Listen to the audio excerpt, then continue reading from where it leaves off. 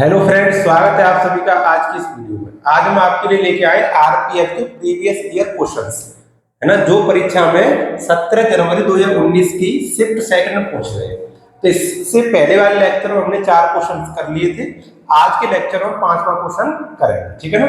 अगर इससे पहले वाले क्वेश्चन जिस बच्चे ने नहीं देखे तो लास्ट लेक्चर को जरूर देखें, बहुत ही अच्छे अच्छे क्वेश्चन थे। आज भी बहुत अच्छे क्वेश्चन देखो, लिखा है ए बॉक्स में पेन, पेंसिल और रबड़। पेन, पेंसिल और रबड़ को 3-2-1 के अनुपात में रखा जाता है एक बॉक्स में, ठीक है। और पेन और पेंसिल और रबड़ की कीमत लगभग कितनी है? पेन की 3 रुपए, रबड़ की 2 रुपए, पेंसिल की 2 रुपए, रबड़ की भी 2 रुपए, ठीक है ना। ये कीमत है इसकी। अच्छा, और बॉक्स के लिए टोटल 285 रुपए चुकाता है, तो हमें पेन कितने उसमें ये बताना है। बहुत आसान सवाल है। पेन, पेंसिल, रबड़, ये हमें याद रखते हैं, मौके लिखते नहीं है, ठीक है ना। 3:2:1, ये पेन, पेंसिल, रबड़ का अनुपात है, ठीक है। अगर तुम इसमें से पेन अलग लिखना चाहें, पेन को अलग लिखना चाहें, पेंसिल को अलग लिखना चाहें, पेंसिल को अलग लिखना चाहें, ठीक है, और रबड़ को अलग लिखना चाहें, तो ये यूनिट में है। अनुपात का मतलब क्या है? यूनिट में। 3 यूनिट, 2 यूनिट, 1 यूनिट, ठीक है ना। तो कोई कांस्टेंट लगाए तो 1 लगा लेना। पेन को 3x लिख सकते हैं, पेंसिल को 2x, इसको x लिख सकते हैं। अब समझो, एक पेन है वो 3 रुपए का है, तो 3x कितने का? 3 त्रिक का 9, 3 त्रिक का 9x प्लस ऐसी। एक पेंसिल है वो 2 रुपए की, देखो 2 रुपए, ये लिखा है 2 रुपए, और 2 पेंसिल 2 दूनी 4x, ये 4x हो गया। देखो और आगे, ये तो एक रबड़ है, यहाँ पे एक रबड़ 2 रुपए की, तो 2 एकम 2 प्लस 2x हो गया। ऐसे ये टोटल रुपए हो गए बॉक्स का। बॉक्स में कितना धन, मतलब कितने रुपए का आइटम हो गया, ये हमने लिख दिया 9x plus 4x plus 2x। ये टोटल रुपए में यहाँ पर 285 दिया, इसको इक्वल टू कर देंगे 2 से 85 के, 285 के। इसको जोड़े 9 4 13, 13 2 15, 15x, 15x बराबर 285।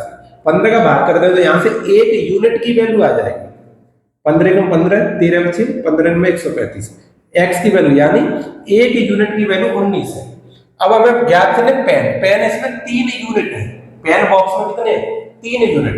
1 यूनिट की वैल्यू 19, तो 3 यूनिट की 3 गुणा 19, 19 3 57, 57 पेन होगा, ठीक है। पेन कितने होंगे? 57।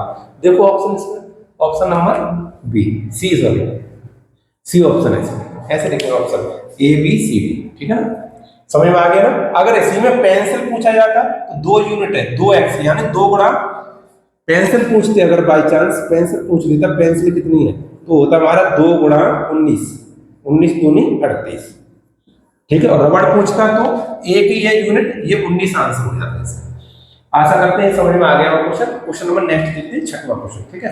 देखो, 650 मीटर पुल के एक छोर पर सिग्नल पार करने में एक ट्रेन को 40 सेकंड का समय लगता है, ठीक है। एक सिग्नल को पार कर रही थी, ये सिग्नल है, इसको पार करने में 40 सेकंड का समय लगता है, ठीक है ना। आगे बस में अब ध्यान से समझो, सिग्नल को पार करेगी ट्रेन, या इसका मतलब इसकी दूरी कितनी होगी, तो ट्रेन की जो खुद की लंबाई होगी वही उसकी दूरी होगी, यानी जो ट्रेन की लंबाई होगी, ट्रेन की लंबाई वही उसकी दूरी मानी जाएगी, ठीक है। अच्छा, आगे आगे लिखा है, यदि उसके आपके पास ट्रेन पुल पार करने के लिए 105 सेकंड लेती है, पुल को पार करेगा। अब समझ ना, ये पुल है हमारा, ये पुल है 650 मीटर लंबा पुल है, इसको पार करेगी, तो पार करने का मतलब होगा कि ट्रेन का जो इंजन है वो आगे पहुंच जाएगा, यहाँ पर ये पीछे वाला डिब्बा हो जाएगा, तभी तो ट्रेन को पार कर पाएगी, यानी पुल को पार कर पाएगी। समझो, अपने खुद की लंबाई को 40 सेकंड में पार कर रही है, इसको 105 सेकंड में पार कर रही है।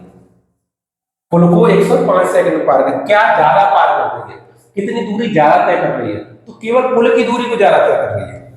खुद की लंबाई को 40 सेकंड में, और पुल और खुद, पुल भी है खुद भी है, इसको 105 में। तो अगर मैं खुद की लंबाई को घटा दूंगा तो केवल पुल को पार करने में 105 में से 40 सेकंड घटा देगा, इतना समय लेगी, इतना समय लगे, टाइम लगेगा, यानी 105 में से 40 को घटा देंगे 65 सेकंड, कितना लगेगा? 65 सेकंड। केवल पुल को पार करने में ट्रेन को 65 सेकंड का समय लगेगा, यानी केवल पुल का मतलब हो गया 650 मीटर की दूरी तय करने में 65 सेकंड का समय लगेगा। तो दूरी तो ये हो गई, समय ये हो गया। हमारे 4 बराबर फॉर्मूला होता है दूरी बट्टे समय। 4 बराबर क्या होता है? 4 बराबर दूरी बट्टे दूरी बट्टे समय, तो हम ज्ञात कर सकते हैं यहाँ से दूरी कितनी है 650, समय कितना है 65 सेकंड, 65 सेकंड, 650 मीटर है 65 सेकंड है। 65 से 650 को काटें 10 बार कट जाए, कितनी बार कटेगा 10 बार, 10 मीटर पर सेकंड। ये चाल आ गई ट्रेन की, ये कौन की आई है ट्रेन की चाल आ गई। अगर पूछता ट्रेन की चाल ज्ञात करो तो 10 मीटर पर सेकंड आंसर सही होता, ठीक है। लेकिन उसने पूछा है ट्रेन की लंबाई ज्ञात करो, यानी ट्रेन की दूरी कितनी है। समझो देखो, ट्रेन की स्पीड हमने निकाली 10 मीटर पर सेकंड और ट्रेन की दूरी देखो ये खुद को पार करने में 40 सेकंड का समय ले रही है, खुद की दूरी को तय करने में 40 सेकंड का समय ले रही है। तो समय ये है 4, ये दूरी बराबर फॉर्मूला होता है 4 गुना समय, 4 गुना समय। देखो दूरी बराबर फॉर्मूला होता है हमारा 4 गुना समय, 4 गुना समय। तो 4 कितनी है 10, समय कितना है 40 सेकंड, 40 का 10 में गुणा करें 400 मीटर, 400 मीटर। ऐसे करके आंसर आएगा। ऑप्शन देखो इसमें, ऑप्शन नंबर बी, ठीक है। बताओ ये क्वेश्चन समझ में आ रहे हैं आपके? अगर समझ में आ रहे हैं तो वीडियो को लाइक कीजिए और एक और अपना ध्यान रखा करो कि क्वेश्चन को मेरे साथ किया करो, मुझसे पहले किया करो, वीडियो को बंद करके फिर उसको लगाया करो। क्वेश्चन नहीं आए तो फिर वीडियो देखा करो, ठीक है। सबसे पहले वीडियो बंद करके क्वेश्चन लगाया करो, ठीक। नेक्स्ट क्वेश्चन देखते हैं, क्वेश्चन नंबर 7 8 आए। चलिए देखते हैं क्वेश्चन नंबर 7 क्या कह रहा है हमारा, x का मान ज्ञात कीजिए √189 माइनस x बराबर √178 माइनस √ में क्या है। इसमें देखो x दिख रहा है, इसका मान ज्ञात करना है। कैसे करेंगे देखो, ये भी टोटल अंडर रूट पूरी संख्या पर, ये भी टोटल अंडर रूट पूरी संख्या पर, अंडर रूट से अंडर हट जाएगा, अंडर रूट से अंडर हट जाएगा, ठीक है। बचेगा हमारे पास 189 माइनस का x इक्वल टू 178 माइनस का अंडर रूट में 81। तो जब 81 का वर्गमूल लेंगे तो 9 लिख लेंगे, 9 का स्क्वायर 81 होता है, ठीक है। तो ये भी निकाल देंगे, इसको भी हम इस तरह से हमने इसको भी निकाल दिया। अब 178 में से 9 घटाएंगे, 178 में से पहले 9 घटाओ कितना बचा 9 9 18 यानी 169, 169 जो प्लस का इधर आके माइनस हो जाएगा, x इधर जाएगा प्लस का हो जाएगा, यानी 189 माइनस 169 इक्वल टू x। 189 में से 69 घटेगा तो 20 बचेगा, x का मान 20 आ जाएगा। इस तरह x का मान कितना आ जाएगा 20, x का मान 20, ठीक है। ऑप्शन नंबर ए, ठीक। समझ में आया कि नहीं आया? अब क्वेश्चन नंबर नेक्स्ट देखते हैं, 8वां क्वेश्चन। 8 लिखा है, देखो ये x बराबर ये संख्या लिखी है, अपर में संख्या जो डॉट डॉट डॉट आगे भी चल रहा है, 4 लगातार आगे बढ़ता जा रहा है, ठीक है। इसको हमें ये भिन्न में बदलना है, ठीक। कैसे बदलेंगे देखो, इसको लिख सकते हो x बराबर 0.3 4 पर 12, 4 पर 12 तो 4 बार बार आ रहा है, 4 रुक नहीं रहा है, 4 बार बार आ रहा है, ठीक है। इसको लिखने के नियम, पहला नियम, सबसे पहले बट्टे का निशान लगा लेंगे। अब हर में क्या करते हैं, देखो जितने अंकों पर बार है उतने तो हम 9 लिखते हैं, जितने अंकों पर बार है उतने 9 लिखते हैं। हमें एक अंक पर बार दिख रहा है तो एक 9 का लिख दिया, और जिन पर नहीं है उतने 0 लिखते हैं। एक अंक पर नहीं है तो वो 0 लिखेंगे, ठीक है। ये तो हर की बात हो गई, जितने अंकों पर बार होता है उतने 9 9 के लिख लेते हैं, और जिन अंकों पर बार नहीं होता है उतने हम 0 लिख लेते हैं। ये नियम हो गया।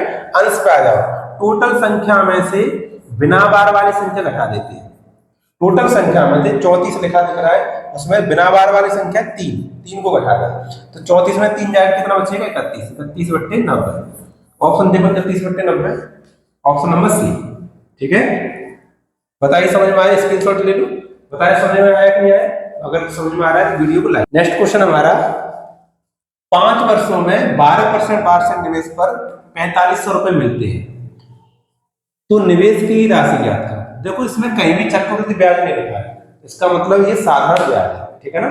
समझो देखो, एक वर्ष में 12% मिल रहा है, वार्षिक लिखा है, वार्षिक लिखा है, एक वर्ष में 12% मिल रहा है, तो साधारण ब्याज तो दूसरी वर्ष भी 12% मिलेगा, तीसरी वर्ष भी 12% मिलेगा, ठीक है। चक्रवृद्धि ब्याज तो है नहीं, तो 5 वर्षों में कितना हो जाएगा 12 पन्ना 60, यानी 5 वर्षों में कितना हो जाएगा 12 पन्ना 60% ब्याज हो जाएगा, ठीक है। 60% ब्याज हो जाएगा। और ब्याज कितना दिया हमने 4500 रुपए, ब्याज कितना दिया 4500 रुपए। तो हमें निवेश की राशि है 100% ज्ञात करना है।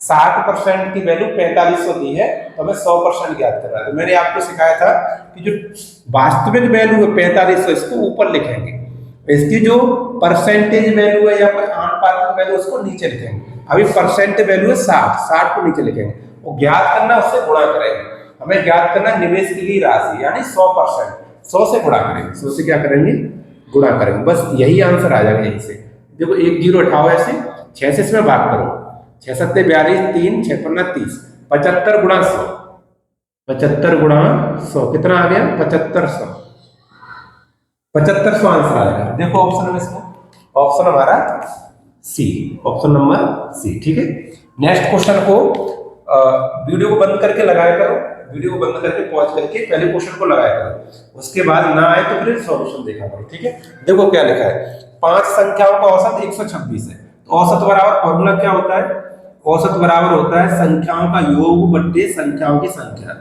योग बट्टे उसका नंबर, योग बट्टे उनकी संख्या, कितनी संख्या 4 है 5 है 6, ये होता है। ठीक है, औसत बराबर, तो आगे एक संख्या बाहर करने के बाद भी औसत हमारा वही रहता है, परिवर्तन नहीं होता है। समझो, देखो 5 संख्याएं 126 औसत है, अगर हमें यहाँ से योग ज्ञात करना होगा, योग ज्ञात करना है तो औसत का संख्या में गुणा हो जाता है, औसत का संख्या में क्या हो जाता है, गुणा हो जाता है। ये सीखना है तुम्हें। ठीक है, बस इतनी बार सीखनी है, योग ज्ञात करना है तो औसत का संख्या क्या हो जाएगा, गुणा हो जाएगा। और देखो 5 संख्या है 126 औसत है, तो 5 का 126 में मल्टीप्लाई कर लेंगे तो कितना आएगा हमारा, 5 का 30, 3 5 10 13 1 5 6 630। अच्छा, इसमें से एक संख्या बाहर कर दें तो कितने रह जाएंगे, 4 रह जाएंगे, 4 रह जाएंगे ना, 5 या 4 रह जाएंगे, फिर भी औसत वही रहता है, औसत 126 ही रहता है, औसत 126। अब गुणा करो, 4 6 24, 2 4 3 8 2 10 1 और 4 1 504। ठीक है ना, तो वो संख्या ज्ञात करनी कितनी, तो बस देखो 4 संख्याओं का योगफल तो ये है, 5 संख्या हुई है, तो 5 में 4 संख्या घटा दे तो एक संख्या आ जाएगी जो हमने निकाली थी, एक संख्या रह जाएगी जो हमने निकाली थी। घटाओ, 10 में 4 गए 6 बचा, यहाँ पे 2 बचा, यहाँ 1 बचा, 126 ही आ गई है, तो लौट के हाँ 126। तो ऑप्शन देखो, option number 126 A option, option number A. ठीक है, तो हम इस वाले चैनल पर आरपीएफ के लिए और नेवी अग्निवीर के लिए प्रीवियस ईयर क्वेश्चन पेपर लेकर आते हैं, आप उसे जरूर देखा करें। ठीक है, और भी डिटेल में कराएंगे और डिटेल में कराया करेंगे। अगर आप ये इतना शॉर्ट समय में नहीं आ रहा है तो आप कमेंट कीजिए, उसको और फॉर्मूले लिख के डिटेल में कराते करेंगे। ठीक है ना, जो भी समस्या है उसे आप कमेंट बॉक्स में लिखिए, बताइए। और ये क्वेश्चंस वीडियो को पॉज करके आप पहले लगाया करें, उसके बाद सॉल्यूशन देखा करो। ठीक है, वीडियो देखने के लिए बहुत बहुत धन्यवाद। Thank you.